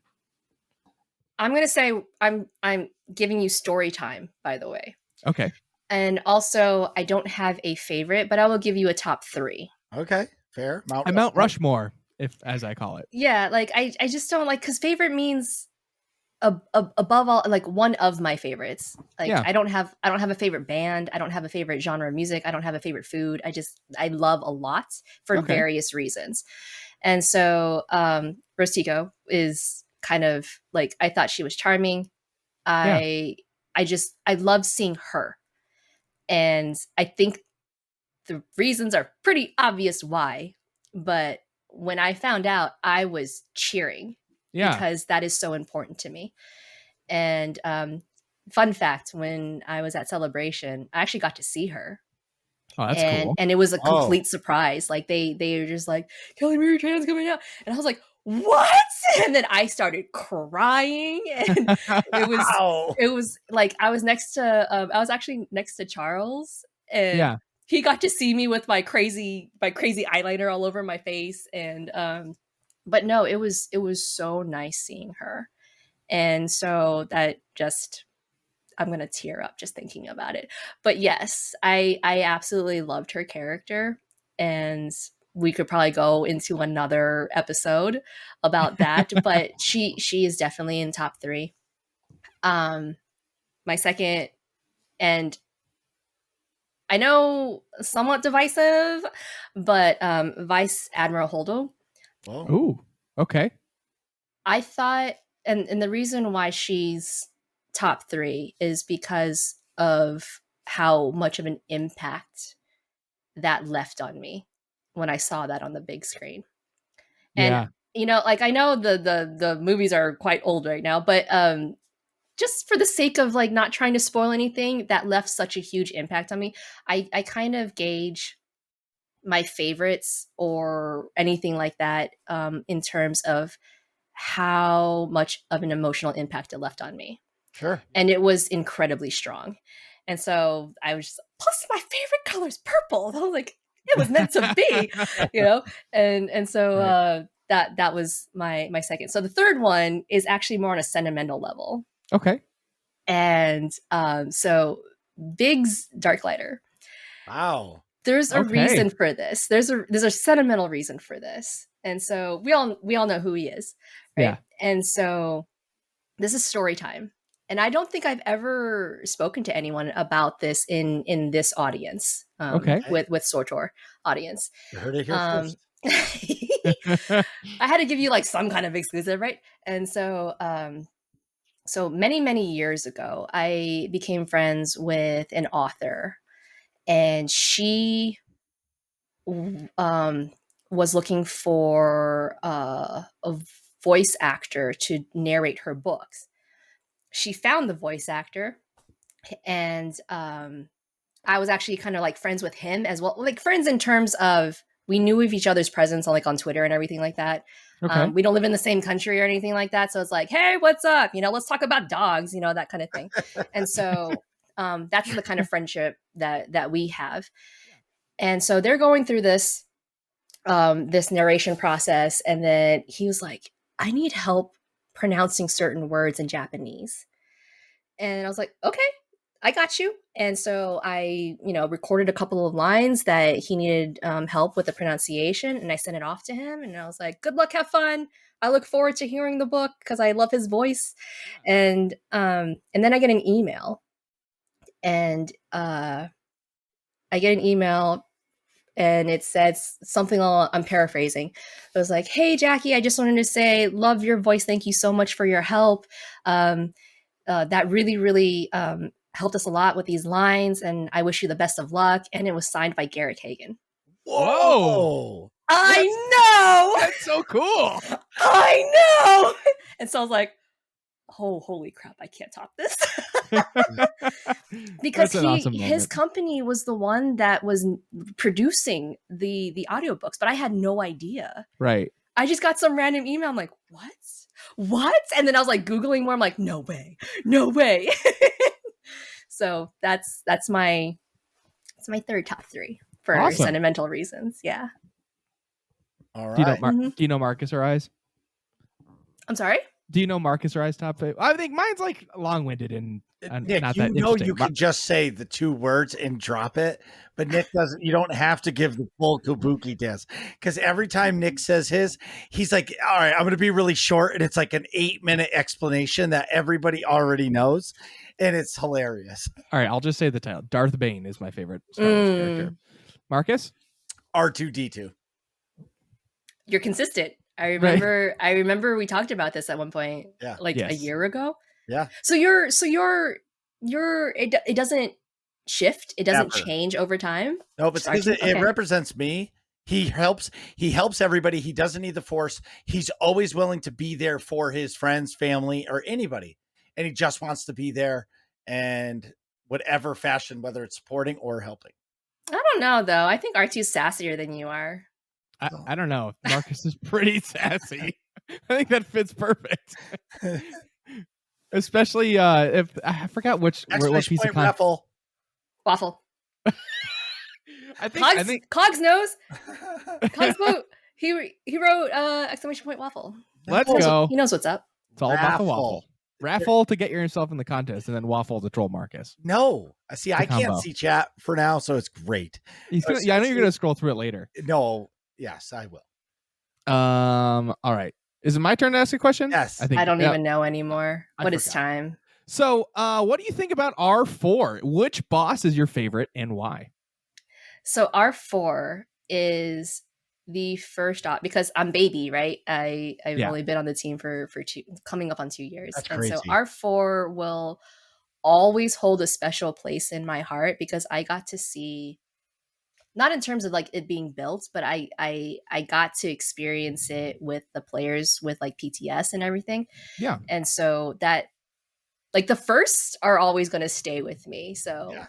I love the horror aspect of it. I'm a horror movie junkie. And so I really liked R4 just to begin with. And just, again, like seeing players go through it and seeing the process when they're helping us kind of like craft this almost, so it was just, that will always hold a special place in my heart. during the PTS, was there something that you watched happen that was like a bug because it's a PTS and we're finding stuff that made you like spit out a coffee and laugh, or a moment like that? No, but I imagine that did happen with the team at some point. Because there are times where like that How? VOD that you sent me. Yeah. It's like, you know, that kind of thing. And I can really understand what you're saying about your first. So mine was Tithe from Gods from the Machine. And I remember when Matt was camera 1 and camera 2 were in there, and there are these little tiny characters and they're just running around the boss and they're completely trolling you. And then it was during one of the pulls, Matt made Seema bigger than Tithe. Just blew up her character and Tithe, and like it was in the middle of the fight. It was hilarious. And you know, those are like the moments that you never forget. Oh, okay. So my last question. I didn't answer all of it though. Oh yeah. So who's your favorite boss? I forgot. Again, I can't choose favorites. Why not? But I will say my top 2. Okay. Watchdog, obviously. I just want to pet him. Okay. I saw the model and I was like, I'm in love with this boss. No one better harm. Watchdog. Yeah. So Watchdog. I like weird dogs. For those who don't know, I don't have my girls with me anymore. I had to say goodbye to them, but I did have 2 tripod dogs that I adopted. And so I'm just like, I just like doggies that just are a little unique. Yeah. And so Watchdog is a favorite. And then I had a reaction when I saw Lady Dominique for the first time. Yeah. I was like, ma'am, hi. So there you go. Perfect. So it wouldn't be a Working Class Nerds with the SWTOR team without us asking a down and dirty question. So what, and I'm sighing because I know I'm not getting an answer, but we're going to ask it anyways. What can you tell us about SWTOR's upcoming 7.2 update? Well, I can't tell you much right now. Fair. I can't tell you much right now. Say it was a great question. That would have been the ultimate troll. Yes. I thought about it, but you know what? I want that to be Musco's. No, I understand. I want, like, there's going to be like some kind of meme thing that happens with us organically, and I want to like. You've ruined me. Waffles? No, come on. Is it just waffles? We're gonna ban that word in the chat. It's just like waffles. Yes. That's all. That's literally. I'm just going to like send you a waffle gif once a week now. That's perfect. I'm glad the kids aren't here because they would want waffles now. Well, yeah, that's what you got to make it for them. Like this weekend for breakfast. Do you ever do breakfast for dinner? All the time. Me too. I'm an adult. Yeah. I'm an adult. I can do whatever I want. Yeah. Ice cream, Cool Whip, yeah. All the above. Fully loaded waffles. All right. I'm back 7.2. No, it's fine. So I can't speak to the finer details. Certainly more communication is coming, as you know, you're going to be hearing from me when that happens. But what I can say is in future updates, like, I mean, we've always had plans with 7.0's launch. And of course, being a live service game, we're always looking to add some new things, improve what already exists. So that's kind of the mentality with live service. And you can look forward to things like new tacticals are coming, general balance passes, specific call out for healer and tank, new legendary items. And I will say for right now, and I have to preface this, that it could change because game development, but we're thinking that 7.2 will also include the PvP revamp. Whoa! So all right. I can't give you more than that, though. Yeah, but I appreciate that. That's That's all we asked. I hear new tacticals and it makes me excited because like grit teeth was amazing. Intisar's like waffle mount confirmed. Oh my god! Get out, Intisar. Mods. That's so good. Could you if you did a waffle mount, would it be like a skateboard? Like that was a waffle kind of? Like a hoverboard, but a big waffle? Just That'd for the be fun. record, I don't like any of you right now.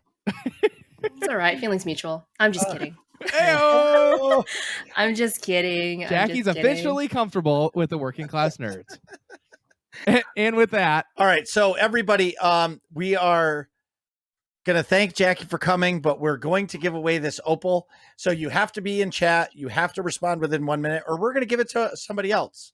Hey, wait. Also, after this raffle, do you want to open that box? Yes. If Jackie has 2 more minutes, then yes, we can open the box. Okay. It's going to take you more than 2 minutes, but yes, raffle. I can hang out. All right. Okay. Exclamation point raffle. Do you want to queue up the box while the raffle's finishing? Nick, I can rip it open. All right. No, it's not waffle. It is for Star Wars: The Old Republic. I didn't know if you had gotten, a manicure recently. I know you don't like to wreck your nails. Listen, manicures are good for your hands. They are, definitely. Pedicures too. I feel like pedicures are even My more hands important. are sandpaper. I know, because you just deal with actual sandpaper all the time. Yes. I got moisturized desk worker hands. Cannot enter. And the winner is Of the waffle? Yay! You get a waffle, and you get a waffle, and you get a waffle. I'm just kidding. Wait, so what do they win? They win the Opal Votilla. Nice. Oh, he's here. All right. So what I'm going to do too, Marcus. And I'm going to give another one. I'm going to give away 2. Okay. Wait, hold on. Let me just make sure. I think Jackie wants to add something. Oh, that's great. Maybe. I just want to make sure I have 2 because I haven't looked in a while. But I know. Oh my God. I know I have 1. I thought you were a professional. I am a professional. I love the roasting, Jackie. This is great. Listen, I have to give back what I get, sometimes. Of course. You got to spill that back out somewhere. No, I totally, just on a personal note, while Marcus is figuring out how to do a raffle, I totally get what you were saying earlier. You do, not you too. About like having a lot of negativity and then also like moments of the community where it's super positive. It's like sort of making it worth it. I experienced something similar working in the ER. It's a lot of like crappy people that are frequent flyers. So like just you get a lot of negativity. You can get jaded over time, but then certain moments like make you really it makes it all worth it. Like you can help somebody in a meaningful way and they're really appreciative or whatever however that shakes out to be. The like sort of a lot of negative volume, but then like the smaller volume of positive makes it worth it. I can understand how that dynamic feels a little bit, a different flavor, obviously, but there are some days where it does get to me, and I joke around all the time because some people will come to me like, "Are you okay? Like, you're in the middle of this, and they are coming for you." And then my joke is usually, "This is nothing compared to what my mom has said. It's fine." But there are days that it does get to me, but yeah, I can only really handle that because I have such a supportive team. Right. Like I may be the most obvious person that is accessible for that kind of stuff, but I am extremely supported by my teammates and my colleagues and my coworkers. So I'm not really going it alone. Right. Yes, So- we can. What are we talking about? Oh, Oh, mounts. Opal. I was like, Sorry. yes, we can. What? All right. And the winner is. Oh my God. Nick, say the name. I can't see the chat. What are you talking about? Kim Kimarini? Irene? Kimarini? Oh, I read that as Kim Irene. Kim Irene 08. Say something in chat. Oh, boom. Let's go. I will message you guys this on Twitch. All right. Sorry. Now. I know. Jackie, did you have something you wanted to add to the waffles? I'm correct. Boom in your face with the pronunciation. So the two winners for the Oakenfold mounts, I will send you 2 codes for the mini pet, so they have a complete set. Whoa! I'll message you those later, so you can pass them along. Your raffle prize just got upgraded. Yeah, That's awesome. Well, thank you. Thank you. of course. Wow, that's awesome. Marcus, do you want to open that box? Oh yeah.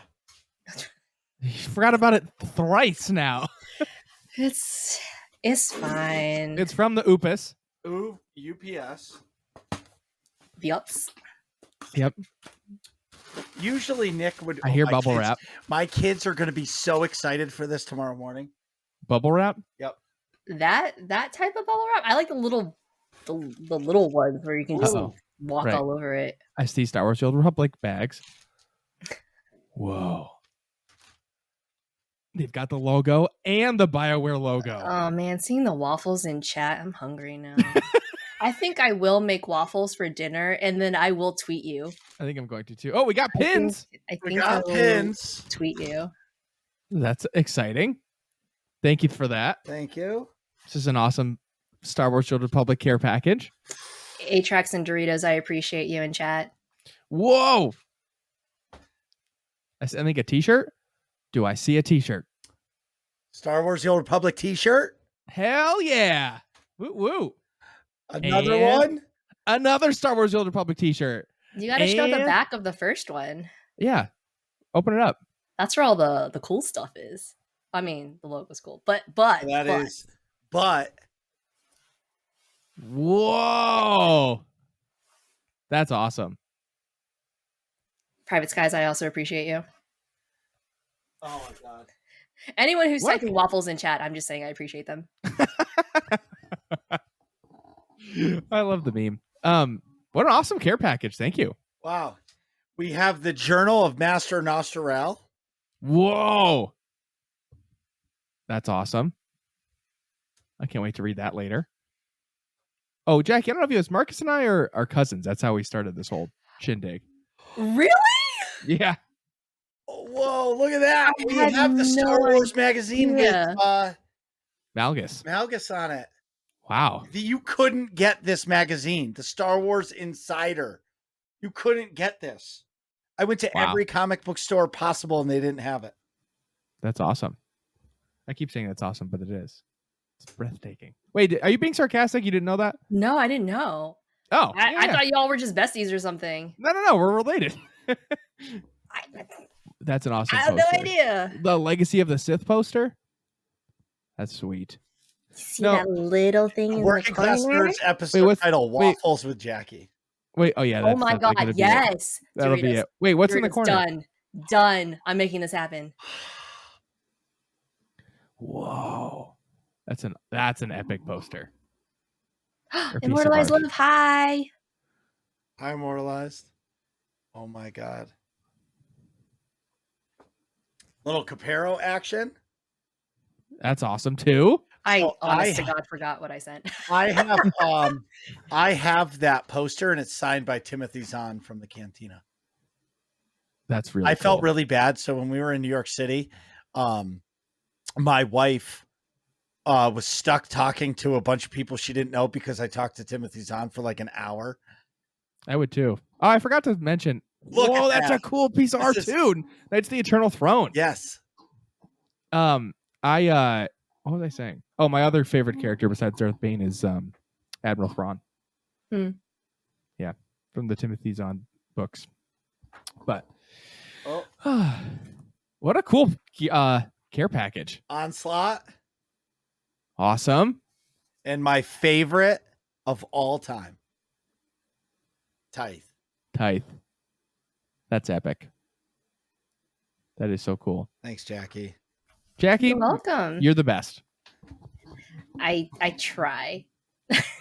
I try. This is a dope. Cogs and waffles. Yes. No, All right, no Marcus, more- you want no more waffles. to Marcus, let's all right, put the care Well, package away. Let's I'm let putting Jackie. it away. I'm putting it away. Let's go. The poor audio-only podcast listeners are going to be like, this is the most boring segment ever. I don't Marcus care. unboxing. Well, as soon as my segment is done, I'm gonna go make some waffles. You should. I Oh my God. wholeheartedly. If I didn't have the rest of the show to record, I would too. I don't blame you at all. Hashtag get cattails in the content creator program. All right. Thanks, Jackie. Jackie, you're awesome. This is sincerely an awesome episode. No, wait. We have one more important thing. Okay. Jackie, what should we name the episode? Doritos typed Post it. Have to it in the chat. confirm. Hold on. Let me scroll up. Hold on. Yeah, Working Class Nerds episode title, Waffles with Jackie. Oh. Yes. That's awesome. Just so you guys know, I have been trolled. People are gonna click in and be like, "What?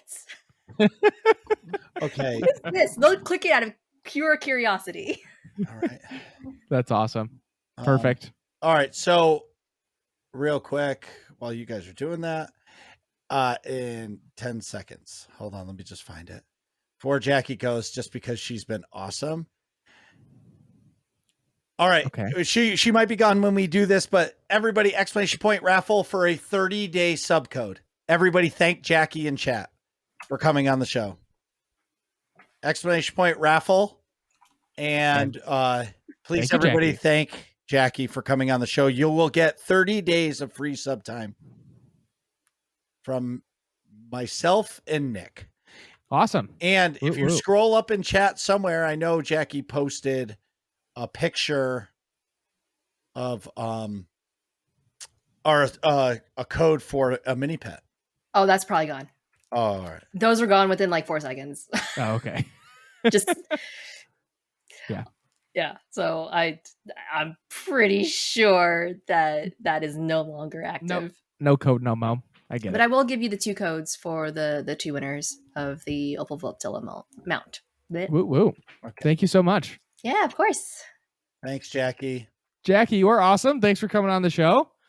Thank you for having me. It was fun. Thank you. I appreciate this. Well, we appreciate you coming on the show. It's time for working class questions. What do you mean you don't know who asked the I first didn't one? think I copied high enough. Oh my God. No, you missed like 4 questions I didn't type his name. So Quinn asks, what is your favorite movie genre? Mine is comedy. Ooh. Favorite movie genre? That is probably like a drama, like a thriller. Like I'm trying to think of some of my favorite movies, like actual favorite movies. I really liked some of Christopher Nolan's other like earlier movies, like The Prestige, or like crap. What's the other one? Not the. That's not a movie genre. Memento. But I'm trying to think, what would that genre be? Drama. Yeah, probably dramas. I like dramatic, intense storytelling with like twists and turns and stuff. And, go ahead. No, I was going to say, and crucially, whose music do you like more, Mozart or Beethoven?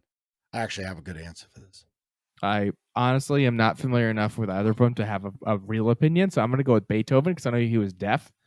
I hope that was him, not Mozart, and still made music, which I think is pretty crazy. I like Mozart because oh my God. No, thank you so much. Woo woo. 100 bits. So I like Mozart because when he plays, it's really intense, and I like the electronic music. Oh my God. No, with 100 bits. Thank you. Let's go. So with Mozart, I would pick Mozart. All right. DL Smooth asks favorite ice cream flavor. Listen to the last like 80 episodes. You got that.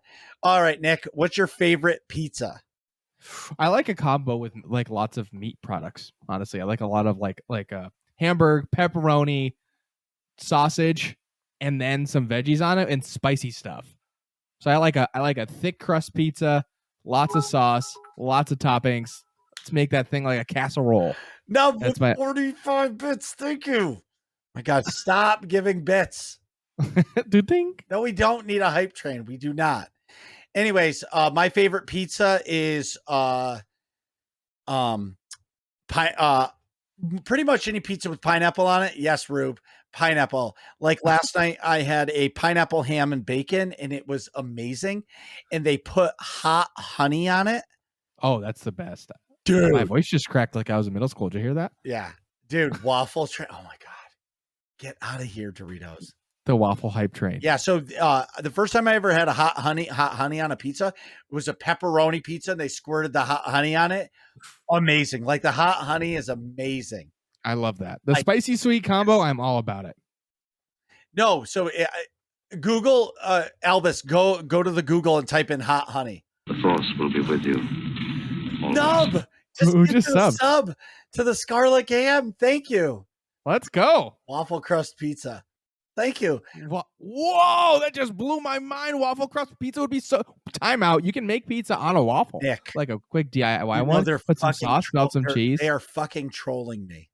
I know, it's great. Yeah, but I'm actually going to make that now. All right. I'm gonna make Belgian waffles, put sauce on, put cheese, a couple pepperonis, some hot honey, like the syrup. Oh my God. We should open up a pizza waffle store. Oh my God.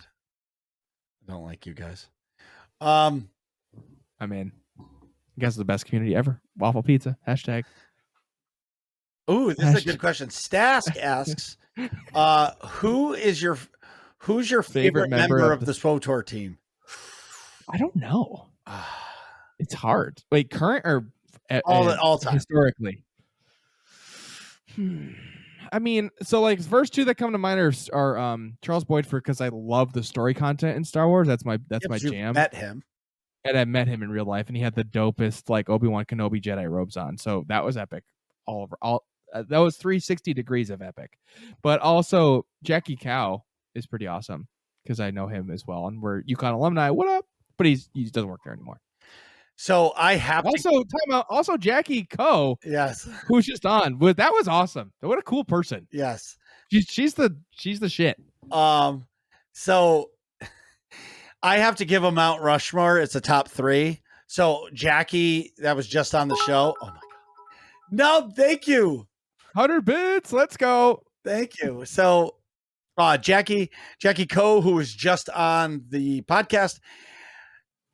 What I like about her is she is not afraid to give sass, as you guys all saw. She's really down to earth, and she is very front facing. Where if I message her, she does. She may not respond to me, but she does. Respond at some point, and which is really nice. Yeah. My other one is I really like Matt Pusevich. I think that dude was fascinating when he came on the show. Talking about operations.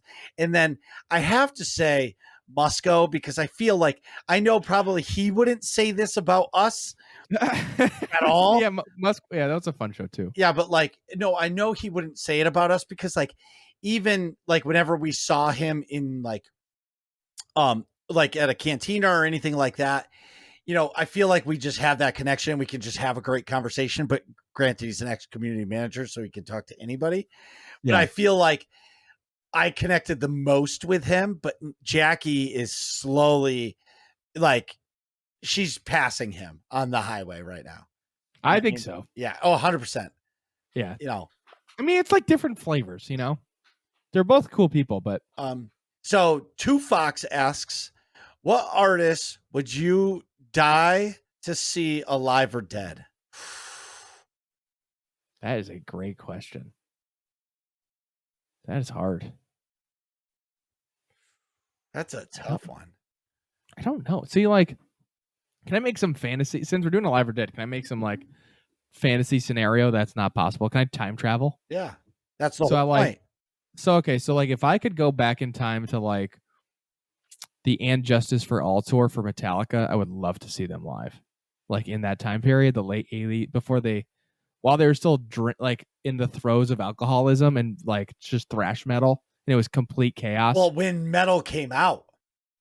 Well, metal came, yeah, that was early. Metallica 80s. was it. Metallica basically created metal. Not metal, because Black Sabbath did that, but that was years prior. But thrash, yes, that style, that was Metallica, the Kill 'Em All album. The backstory for the name Kill 'Em All. So I don't know if I've never shared this on the show. I used to be a giant. Well, I still like Metallica, but I used to be a giant Metallica fan. That's the only thing I listened to all day. Yeah. It'd be just different Metallica songs, in high school. but or middle school into high school. But their first album, Kill 'Em All, 1983. They wanted to name it Metal Up the Ass, but the record company wouldn't let them. So they submitted the title Metal Up the Ass with like, I don't know, one of the S's as a different symbol. And then their response was, when the record company said no, was Kill 'Em All. Like, fuck you kind of thing. And that's what they ended up naming the album. Yeah. It's interesting. But so I think Metallica back in the day. But go ahead, Marcus. If an artist. Honestly, you've seen a lot of artists in your life anyways. I know, like, if I could go, it would be Paul Oakenfold. Okay. Paul Oakenfold is a EDM producer and DJ, and I've only gotten to see him once, and it was like in a sea of like 20,000 people, and I always wanted to just meet the guy and like know where his head's at, like, because they don't talk, they don't sing, but they create unbelievable music. You know what I mean? Yeah. I'm an EDM guy. Me too. So many questions. Are Skittles better with the green one being green apple or lime? Oh, lime. The original's way better. Green apple can kiss my ass. How about this? I don't care because I just take a handful of them and bury them in my mouth. Well, I do too, but I still prefer the hint of lime over the hint of green apple. Doesn't matter to me. Oh, great question. And by the way. Yeah, great question. And sidebar, do you know Skittles aren't allowed in different countries because there's some shit in them that's really, really bad for you? Yeah, it's the food coloring. It's terrible for you. Yeah, so like I won't even eat them anymore because they're banned in other countries. Like, I think it's the red 40, like, because they have a ridiculous amount of the colors. Red 40 or maybe yellow 40 or something. Yeah. KP Dizzle asks, I should let you ask some questions, but I'll do this. I'm just letting you go. I'm like, I don't have to read these. This is great. All right. I don't mind reading them. It's kind of fun. KP Dizzle asks, what is your favorite SWTOR event? Oh, the Snowballs one. Private, you're awesome. I'll message you later. What did you say? The Snowballs one. I forgot Snowballs? what it's called. Yes. Yeah. You just snowball fight. Yeah, mine.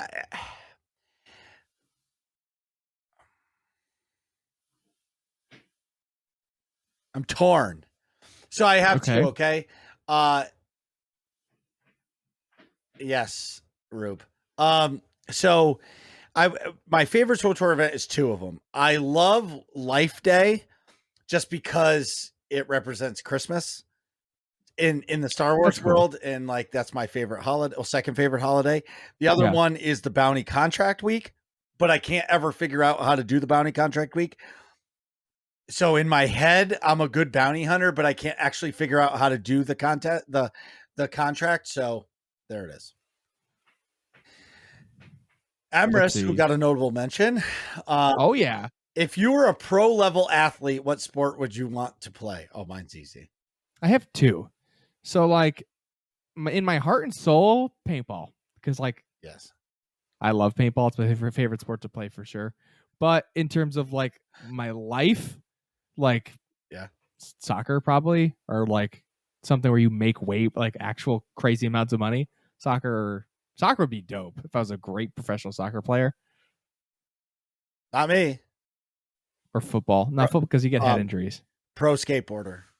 That was a dream I had until I smacked my head. Yeah. Like I was really good on a skateboard. Now I'm just a fat slob. Like I remember riding handrails, and until you hit your nuts once, you never actually think about hitting your nuts. But once you hit your nuts once on the handrail, that's all you think about every time you ride that rail. Yeah. It's my nuts, my nuts, my nuts. Oh shit. I don't think A-Track's here anymore because he would totally clip that and it's over. So that's fine. You can grab it off the VOD probably. Shut up, Nick. Oh no, what did I got rid of this. Wait, what'd you do? Episode 162 or 163? 162. Oh shit, I called it 163. I know you did. Oh, that's all right. So it's fine. We're all fine here. A-Trax asks, what is one technology idea of the far future you wish you could be alive to see? Oh, I got it right away. Marcus, go ahead. Do you need time? Because once I say mine, you're going to be like, oh, duh. Mine changes everything. No, I'm guessing yours would be time travel. No, Not close. Oh God, DL Smooth, why did you do that? So I don't want to say time travel. I would say going at the speed on a ship at the speed of light. That's kind of like what mine is. Teleportation is what I was going to say. Well, teleportation and moving at the speed of light are two different. Like teleportation is and you're gone. And you're there. You're gone. Yeah. Yeah. I mean, it's the same thing. It's like way faster travel speeds. I mean, moving like a ship at the speed of light is different because, well, that would still take a long time to get in the galaxy. You got to go faster than light. But like, if I could like teleport to work or just teleport places, you like no more car. Think about that. No more cars. No more like just travel time and traffic. You just are there. Like if you're going somewhere, you just if we're doing the Dream of Genie, ding ding bing, or like I like the Goku instant transmission, and you're there. But KP Dizzle asks again, do you think we will ever see an update to the SWTOR engine? Oh, this is spicy. No. Short answer is I don't think so. I think, not at this point, you know. I don't think we'll see a new engine, but I can see them updating the engine that we have. Okay, that sounds reasonable. Doritos asks, what is one sound or sound effect that best represents Star Wars?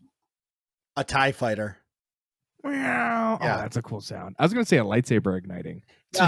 Well, see, that's what's awesome about Star Wars is everybody has their own. But when I think of like as soon as somebody says Star Wars sounds, it's like it's that's all I think about like right away. You know what I mean? Yeah. I feel like if you hear that like lightsaber ignition, that's like automatically that's Star Wars. Quinn asks, oh wait, that's Quinn answered the question and agrees with you, Marcus. TIE Fighter engine, it's uniquely and instantly recognizable and turned up in almost all Star Wars media in some form. True. Oh, that's it. That was just people. Marcus copied and pasted people's answers. Well, I was just trying to do it quick so we could get out of here because we have a crazy. Well, Nick, I have a crazy amount of editing. Yeah, because there's going to be a lot of cutting and I have to do it tonight because I know I'm going to be busy tomorrow. Well, and Nick, it's only 10:30, so it's not. I know I have no excuse. I have to we can hang out in a Discord call. We can get out of Zencaster and just get it done. It's only a 2-hour episode, so it's not excuse. Yeah, there's no excuse. So everybody, as we always say, we have a working class questions segment in our Discord. Please leave us questions. We will ask them the following week. If there is too many, we might shift some to the following. Big shout out to Jackie, which you guys, you'll hear this at the end of the show. So thanks, Jackie, for coming on the show. Yep. Please join the Discord. Join me Tuesday nights. I'm playing Destiny 2 on it's not a server. Anyways, you guys are awesome. Thank you so much. Thank you for trolling. Thank you, everybody, just for being awesome. I appreciate all of you. Please, there's the merch store. Check out our merch. I will probably be working on that while we do that. And this has been awesome. Oh, shit. Instar, thank you. Oh, we got to raid somebody. Hold on, please. Hang on, just say bye and I'll stop recording the podcast. All right. So everybody, thanks for coming and joining us live. We don't do this often, but everybody, you guys are awesome. Exclamation point, Waffle. What are you guys talking about in here? Find out next episode of Working Class Nerds.